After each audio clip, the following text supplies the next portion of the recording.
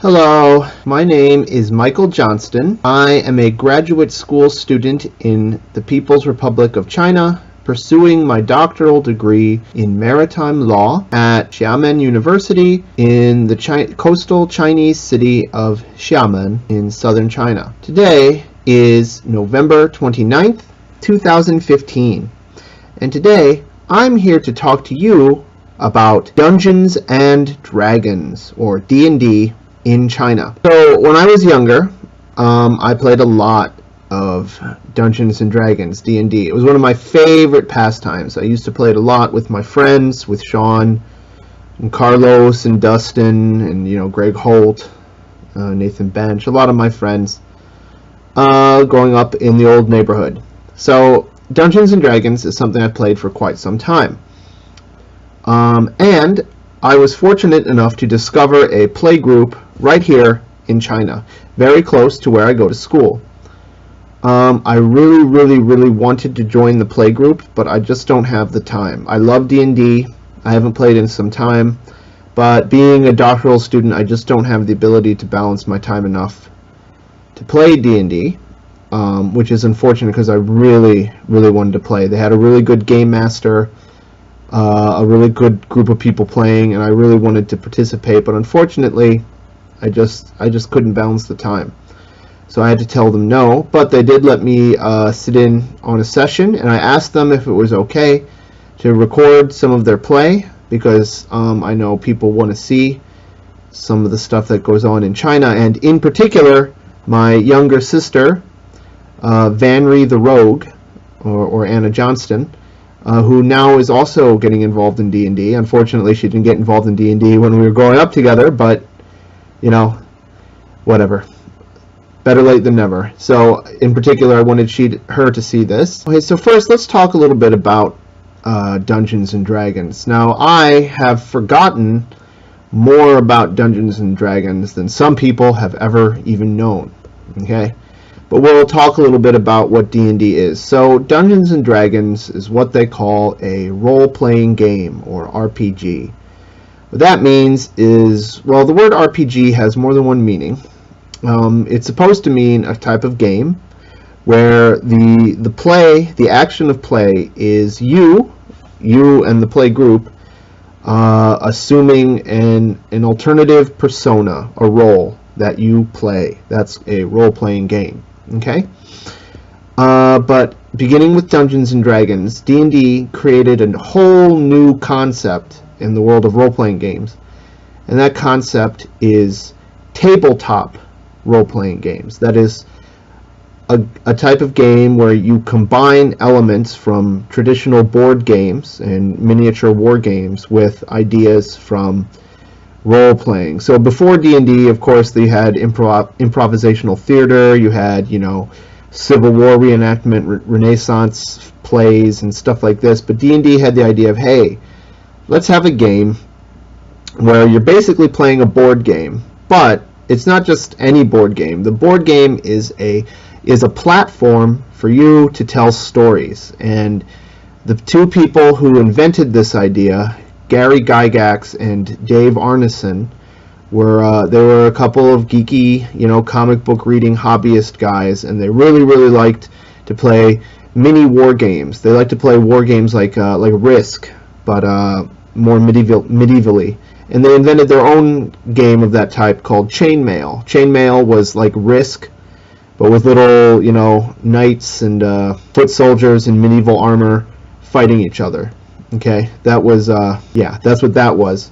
And, so they really enjoyed Tolkien-esque fantasy, like J.R.R. Tolkien, Jack Vance, the Dying Earth series, Ursula K. Le Guin, Earthsea, and what else did she write? Rokanan's Planet, Rokanan's World, which is part of that bigger series of books that she wrote about space travel, but that particular book had a more fantasy tone to it.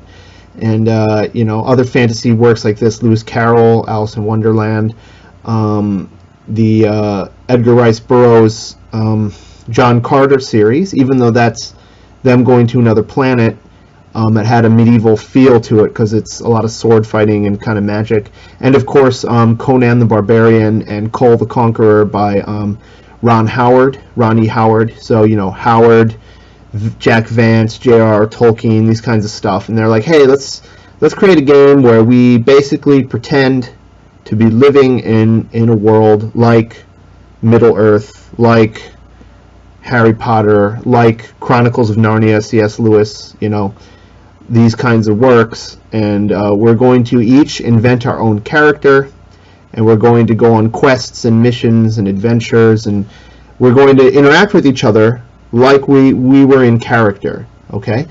But we're also going to have this board, and you're going to have a little piece, and you move it around, and you get into sword fights, and we roll dice, and there's these kinds of combative challenges involved in it, but it's all for the bigger point of telling a story and indulging in this kind of fictional make-believe, okay? And that's what D&D is about. And Dungeons & Dragons was the first kind of game to do this. And then after D&D came out, there's a whole slew of other great games. You have Vampire the Masquerade, which is like the same thing but with vampire-type stories, you know, like Twilight or Anne Rice type stories. And then you have, of course, you have Traveller, which is like science fiction, but more science fiction, not like Star Trek and Star Wars, but more like the Foundation trilogy by Isaac Asimov and the Dune series by Frank Herbert, like this type of like very human, like, you know, Galactic Empire type science fiction, and you play a D&D type game with that. And of course there's Call of Cthulhu, which is a horror version that draws very, very heavily from H.P. Lovecraft, which we all know I like him very much. And they made a game out of his stuff, but it doesn't just have to be Lovecraft, it can be other types of horror fiction too. The point is that all of these games, you're playing a board game, but you're doing it, you also create a fictional persona for yourself, a character, and you interact with a play group who are also developing their own kind of fake kind of persona, and you role play. You pretend to be this character in a fictional setting. And the board game, the board with the little pieces and all the complicated rules and measurements and dice rolls are there to help keep you grounded. They create obstacles and limitations on what you can do in the story, which makes it slightly more realistic. But it also makes it less realistic because now you have all these rules you have to deal with.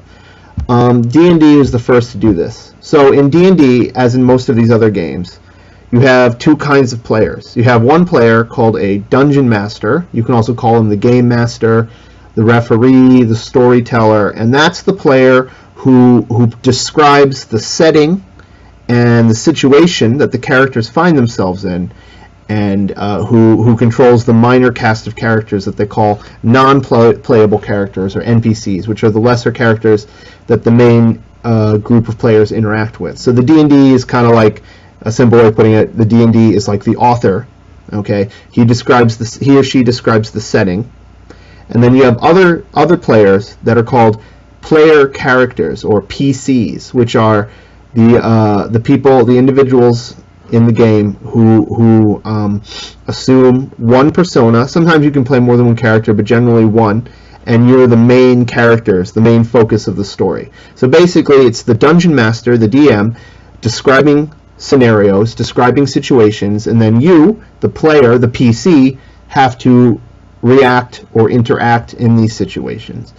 And in the case of D&D, the situations described are, of course, Tolkien-esque, J.R.R. Tolkien, you know, Ron Howard, Jack Vance, what have you, fantasy, stories. So typically, you have to design a character. The character, it's a game, like I said, it's a board game, so they have statistical numbers, all sorts of complicated numbers that describe your aptitude, your basic abilities, and you have other choices for the type of character you want to be. And typically you have two kinds of choices. You have your race, which by race they mean fantasy, like species, like human, elf, dwarf, gnome, halfling, and half-elf, and in some versions of D&D, half-orc and gnome. Gnome isn't always included, and so it's still other even wackier versions. And then you have something called class. Character class is your profession in the game, like the job you do, your area of expertise. Typically, there are 4 very basic character classes. Really, there's many more than that, but there's 4 basic things. You have your fighter types, who are like, big hulking people with swords, your typical sword and sorcery hero. Then you have spellcasters, wizards, who cast spells, like Gandalf, Merlin, Harry Potter type characters, Hermione, the magical person. Then you have the priest, which is something you don't see a lot of in modern fantasy literature, but was very important, of course, in the past, which is like a crusading knight / Saint Patrick, Joan of Arc type character, who's like combative, but has magical powers, but those powers come from a deity or a religious concept of some sort, typically one that relates to the story somehow. And most D&D campaigns will have like a pantheon of fictional or mythological deities or gods that you can worship, and your cleric draws powers from them. And then finally you have the 4th type of character, which is like a rogue, like a thief or stealthy kind of like guy, like Robin Hood, Aladdin, Alibaba, what's another example? Bilbo Baggins, the person who makes their way, whether they want to or not, by way of stealth and intrusion. Now, in reality, most of these character types come in more than one kind. So the fighters, you have fighter, ranger, paladin, and then in some versions of the game, barbarian. And they're all basically, your typical Aragorn or, King Arthur, Sir Lancelot, Conan, this type of hero who's a fighter, okay? But the fighter, the character is just called fighter, is just straight combat. Ranger and paladin get a little bit of magical power, kind of like a cleric or a druid, and then barbarian is like a primitive kind of like kind of guy, like Conan. And then wizards, you have different kinds of specialty wizards who specialize in different kinds of magic. That's one of my favorite things, is that you have all these different kinds of wizards, and the magic is divided in D&D, most versions, because D&D can be very different, but in the stock standard D&D, there's 8 distinct schools of magic, which are like kind of like fields of science, like biology, chemistry, physics. In magic, they have things like necromancy and illusion and enchantment and other things. There's 8 of them totally. And each one of them has a different class. So you can be a necromancer, who's a wizard who specializes in controlling or raising the undead, like vampires and zombies. And you have the conjurer, who can summon creatures to help him. The enchanter, who can hypnotize people. The illusionist, who make you see things that aren't really there. And the gnome, in 2nd edition anyway, was apt to be illusionist. Cleric, the priest characters, you have 3 main kinds. Cleric, which is like a kind of like a generic Judeo-Christian style priest, who's like, morality and healing people like a Christian priest. The druid, which is meant to be modeled after, because remember, all of these classes are meant to be a little bit generic, because they want you to fill in the gaps with your own imagination. So you make up the backstory in the game world. So, but in the book, the druid admittedly is meant to be modeled after like a Celtic druid. That's why it's called a druid. Again, it's a spellcasting class, just like the cleric. They worship a deity, and the deity doesn't have to be like a god. It could also be a concept like nature itself, whatever. But they worship something, they draw power from it. And the druid in particular can shape change, wild shape. And then the 3rd type of thing is a monk, which sometimes monk is considered a fighter type. But the monk is like a Buddhist or Taoist, Eastern style, Hindu, monastic type priest. And again, these classes change from one version of the game to another. And but in 3rd edition, in 2nd edition, we could even go back to 1st edition. Anyway, in the versions where they have spells, they typically cast spells that deal with like telepathy and stuff like this. And some versions they don't have spell power, but they still kind of have powers like that. But the main thing about them, which, going along with, they're a monk, like a kung fu style Shaolin monk. They can very good at unarmed combat, but they're basically a priest. And then finally, the rogue types, you have typically 2 or 3 main kinds. You have the thief, which some versions they just call them the rogue, which is like your adventuring, kind of dungeon crawling, good at picking people's pockets, good at picking locks, good at finding traps type person. Then you have the bard, which is like a traveler who goes his own way, his or her own way on the road, and they make their way by talent with music, kind of like a minstrel, but they call him a bard. And then in some versions of the game you have assassin, which of course is a person who is a hired killer and uses stealth and intrusion to kill people. That class isn't always available. And then in addition to these basic classes here, you have a slew of other classes, but most of them fit in one of those 4 categories. One exception being psionicist or scion, which is kind of like the 5th category, and they use psionic powers like Svengali or Counselor Troy, or the Star Wars The Force, Obi-Wan Kenobi or Darth Vader, telepathy, classical science fiction style mind reading. That class is not always available, but it's kind of is. And then there's a whole bunch of other classes. We get into them all, but they're all basically variants of the 4 main categories we mentioned. And so what you do in D&D is you design a character. You design a fictional persona for yourself. Okay, a new name, a new country, a new character, and you have to choose all these things. You have to choose a race, like human or elf or dwarf or hobbit. They call them halfling, except in the old version they call them hobbit. And then you have to choose a class. You have to generate your statistical ability scores. There's 6 of those. And then there's all sorts of other choices you have to make, special powers, item and equipment. But the point is, you design a person, a unique character for you, and this character is understood to be an adventurer, a hero or champion in the game world, just like Bilbo Baggins, just like Robin Hood, just like Aladdin, just like Conan, Harry Potter. You're an adventurer, you're on an adventure.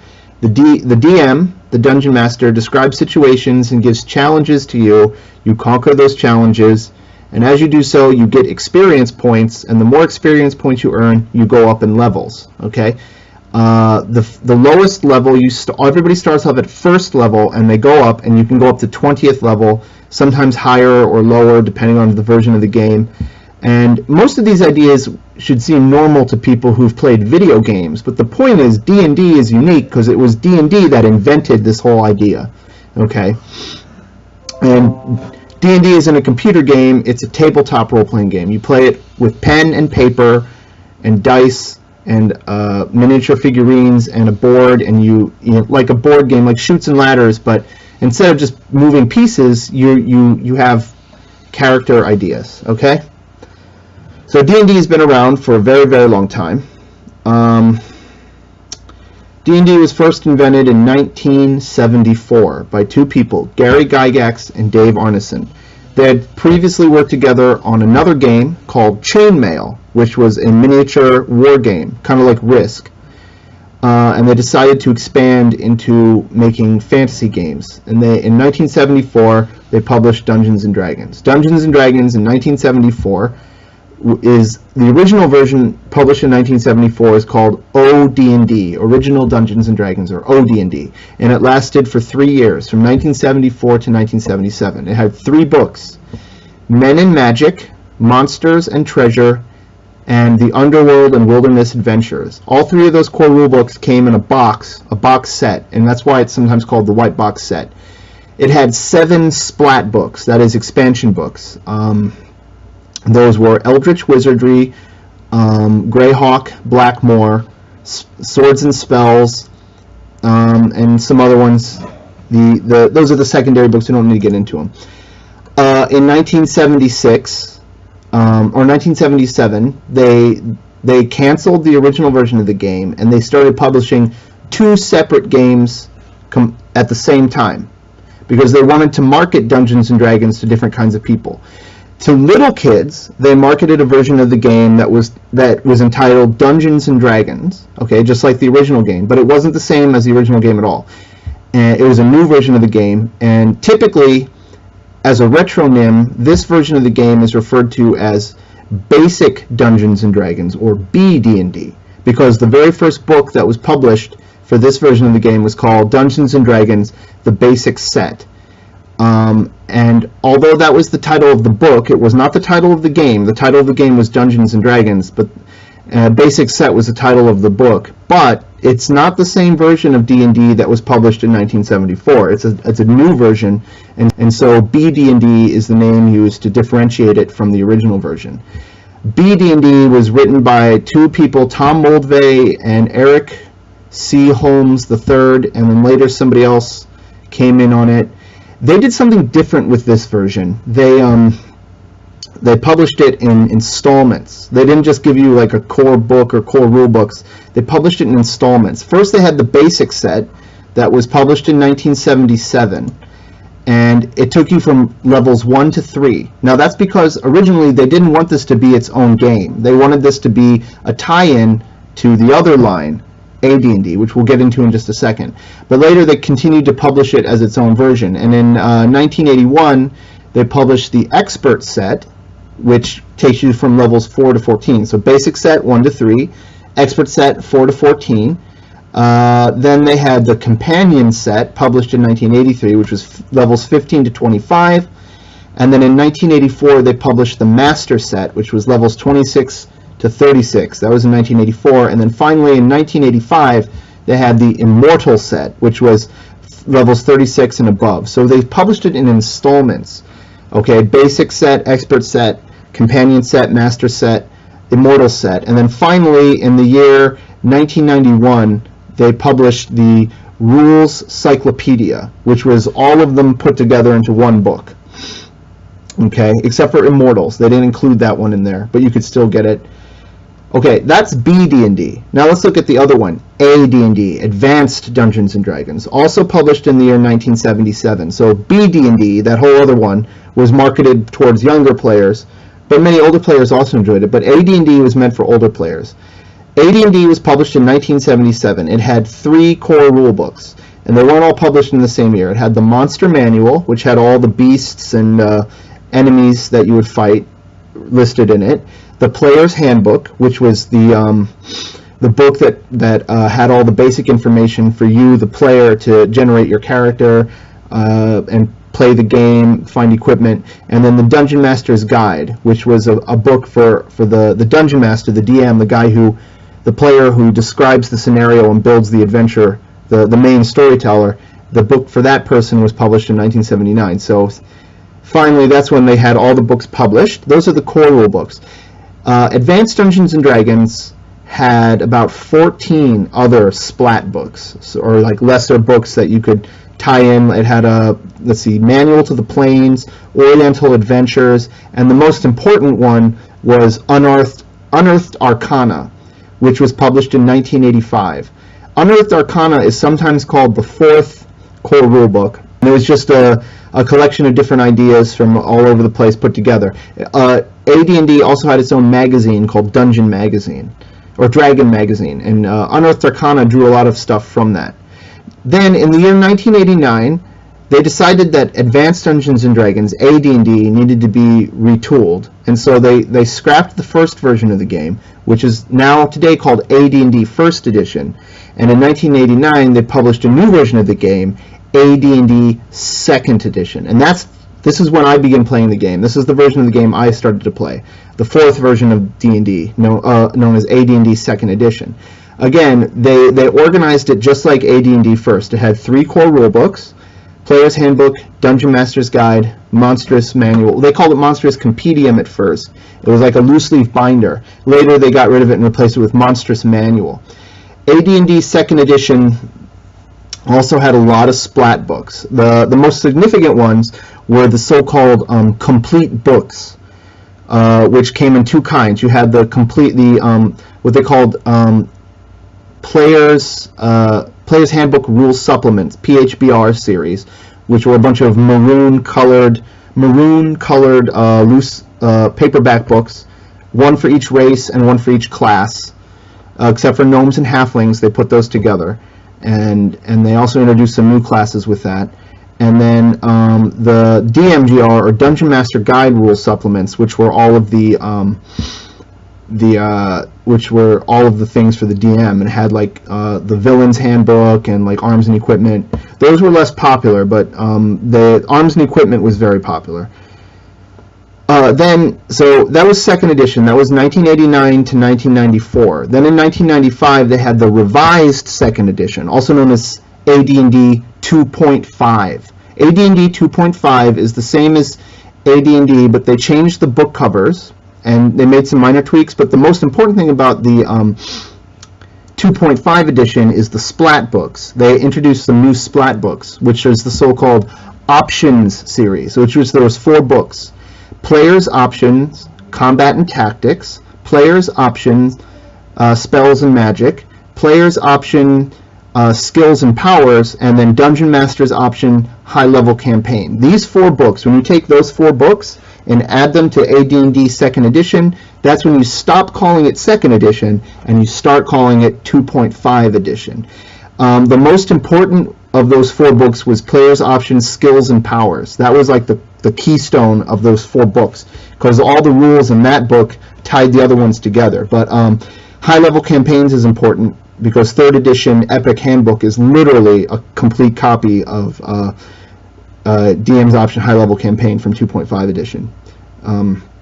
The concepts are the same, the rules are different.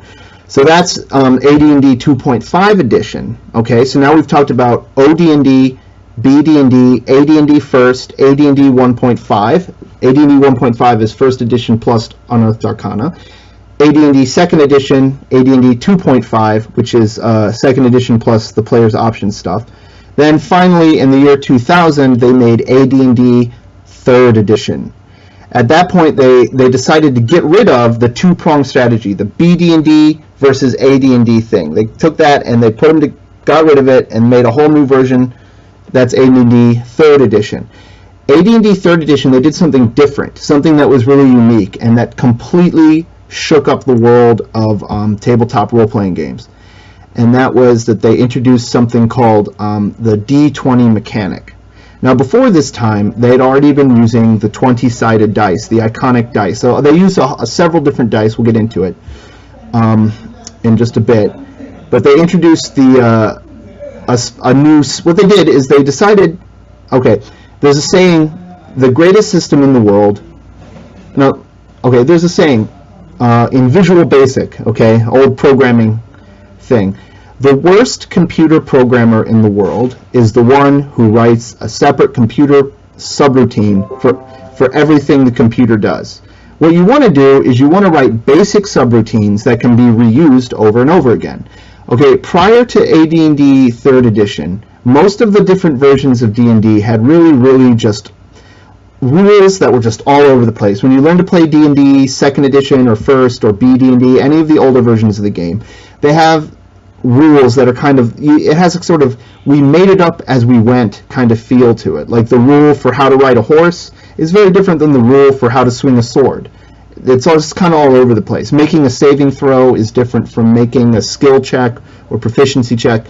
They decided with 3rd edition they were going to go back to basics, and what they did is they developed one standard rule for how to roll a dice to resolve an action in play, and then they just stuck with that rule and just copied it all over the place in the game and just tweaked it here or there like a good programmer, and that is called the D20 system. They used the D20-sided dice for most major things. It made the rules a lot easier, 3rd edition, so much easier compared to the other ones. And they also did something called the Open Gaming License, or OGL, which is where what they did is they took all the material for D&D, well, not all, but a lot of it, and they put it in the public domain. They said, here, it's not intellectual property anymore. It's just in the public domain. The reason they did that is because they wanted to have third-party publishers publish material for their stuff without legal battles. So they just put all of it out there. They wrote a thing called the System Reference Document, SRD, which is kind of like the player's handbook, but without any references to the standard rules in it. And they just put that in the domain, a public domain, and that way third-party publishers could do stuff with the 3rd edition material. And that's one of the reasons why 3rd edition is so beloved by the gaming community, because it gave you that that feeling like you can just do whatever you want. You can make up your own stuff, and that's what happened on the internet. If you go on the internet and look for like OGL, Open Gaming License material, you'll find all sorts of stuff. It makes it's almost like a culture. In 2003, they had the revised 3rd edition, or 3.5 edition, okay, which is basically the same as 3rd edition but with minor differences, okay?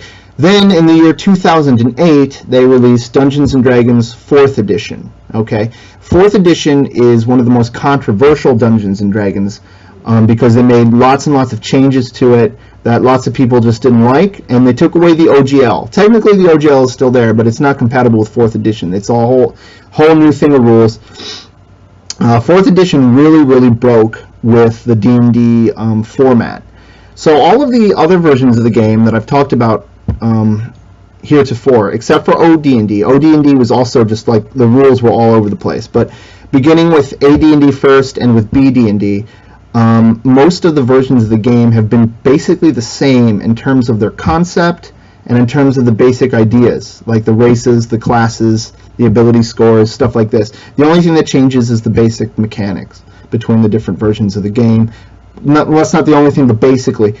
There are some other changes, like 1st edition had the half-orc, 2nd edition didn't, 3rd edition had the half-orc, okay? BD&D didn't have half-orc, BD&D didn't have gnome. 1st edition had assassin, 2nd edition didn't have assassin, 3rd edition made assassin a prestige class. And that's another thing. In 1st edition, the bard was a prestige class. They didn't call it that, but that's what it was. You couldn't just start as a bard. You had to multi-class into it. It was a prestige class. And assassin was a base class. In 1st edition, assassin was a base class and bard was a prestige class. They didn't use the term prestige class, but that's what it was. By the time you get to 3rd edition, that situation has reversed. Okay, bard is a base class in 3rd edition. Assassin is a prestige class. So it reverses, but basically, those kinds of points aside, prior to 4th edition, most versions of the game had the same kind of format or setup. The only thing that changed was like the mechanics. 4th edition did away with that. 4th edition went in an entirely different direction. They had an assumed setting, so it wasn't just generic and let you make up your own ideas. It had a basic world you could still make up your own ideas, of course, but it had a basic world that you were in. They changed the races. They had Dragonborn and Tiefling. Those races existed in D&D before this, but they weren't like in the basic book. And then they got rid of some other races like Gnome and Halfling. They just got rid of them. Well, they brought them back later, but they weren't in the basic book. And the other thing too with 4th is they did something weird. So beginning with AD&D 1st edition, okay, not including OD&D and BD&D. They had, again, the books were different, but beginning with 1st edition, every edition always does the 3 core rule book: Player Handbook, Monstrous Manual, Dungeon Master's Guide. Some incarnation of these 3 things. Again, BD&D didn't do that. It was in installments. OD&D didn't do that. It had a box set. But 4th edition did away with that, and they did like different versions of. They had like Player's Handbook 1, 2, and 3. Okay, Dungeon Master's Guide 1, 2, and 3. Monster Manual 1, 2, and 3. So you had 3 versions of all of them, and they had different races and classes in them. And it was basically a way to get money out of you. And a lot of people felt it was very, very. They didn't really like it very much. And then they had Dungeons & Dragons Essentials. So it was almost like they were bringing back the two-pronged strategy where they had BD&D and AD&D back in the 80s. In 2010, they started kind of doing that again with Dungeons & Dragons Essentials. Finally, in the year 2014, they released Dungeons & Dragons Next, also known as D&D Next or 5th edition. And that is the final version of Dungeons & Dragons to date. They'll probably make a new one in the future. Okay? So that's the history of Dungeons & Dragons. Okay, now let's talk a little bit about the game. So I really like D&D, and I wanted to play with these guys, but I couldn't do it. But I decided to join, and I was allowed to take footage. Each version of D&D has also several what they call D&D clones, which are copy games that basically they take one of the many incarnations of D&D that I just mentioned, okay, and then they basically copy the rules, copy and paste, and then change the name and change some of the stuff. Mostly because they want to continue that version of the game, or they like it. Again, 3rd edition, the whole purpose of the OGL was to avoid that kind of plagiarism. They just wanted to accept the fact that other people are going to do that, so they just put it in the public domain. Some examples of clones include Labyrinth Lord, or Elendel. Labyrinth Lord is a clone of BD&D. They also have Arduin. Arduin was a clone of OD&D, the very first version, the 1974 version. And then Pathfinder. Pathfinder is by far the biggest D&D clone. And Pathfinder is a clone of the 3rd edition. And again, the controversy surrounding the 4th edition of the game is part of the reason why Pathfinder is so successful. Because Pathfinder said, hey, everybody loves the OGL. Everybody loves 3rd edition. Let's keep it going. Okay, they're going to discontinue it. They're going to take this treasure and throw it away. We don't like that. We want to keep it going. So it's in the public domain, right? So we'll just, they took it, they tweaked it, and it's not fair to say that it's a complete clone. They added some of their own ideas. They have their own setting, and they definitely upped the power curve. Pathfinder, the characters are a lot more powerful compared to 3E. Some of the changes I think were good. They simplified a lot of the stuff. The way that they do grapple rules and like tripping people is much, much better than in standard 3.0, 3.x, which is 3rd and 3.5. But some of the other changes I don't care for. Some of the classes, like they have Gunslinger. I don't like Gunslinger. I don't like the Witch. I really like, and you know, I am the product of 2nd edition, because 2nd edition it was like, hey, these character classes are broad and generic. You don't need to make a character class for everything. You have the Witch. You want to be a witch? Just be a wizard. You want to be a knight? Just be a paladin. Just choose the basic class and just change it a little bit. The reason why we want to do that is because we want the game to be balanced, and we want it to be about imagination. We don't want it to be about powers and special abilities. Yes, some of that is fun, and we want to invite some of that into the game because it's part of what play is about. You need to have special abilities. You need to have dice rolling. Some amount of it is allowed, but we don't want it to be just about that. And if you just say, let's make a new character class for every possible thing there is, you know, then it's just going to boil down into every class is just a list of powers. We don't want that. But Pathfinder, 3rd edition, I mean, let's be fair, 3rd edition, every version has good points and bad points. And the bad point about 3rd and especially 4th edition compared to the older versions, okay, the older versions of the game, the rules were just all over the place. The rules were not easy to learn. They were not intuitive. They were counterintuitive and just very sloppy rules. But the older versions of the game, prior to 3rd edition, had a kind of charm to them, and they were more controlled. They were more balanced. It was less about special abilities.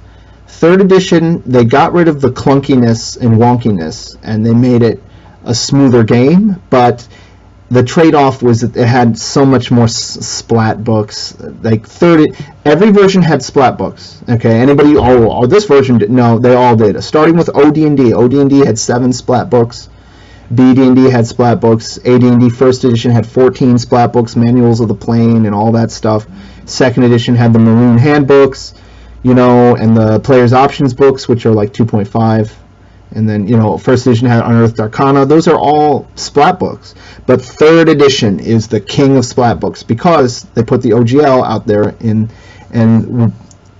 pro, OGL's in the public domain, con, splat book galore. Splat book galore. So many splat books. And Pathfinder took that and they kind of upped it a little bit. And I'm not sure if I like that. But I'll say that Pathfinder, because remember, it's a tabletop game. You can make whatever changes you want. Pathfinder is there, so you can keep playing 3rd edition without having to, you know, use old clunky books. You can, because they discontinued 3rd. 4th and 5th editions, I've only played very briefly, and 5th edition, I've only actually looked at it. I've looked at some of the materials. Like the basic rule PDF, I looked at that. 4th edition, I think I played it once.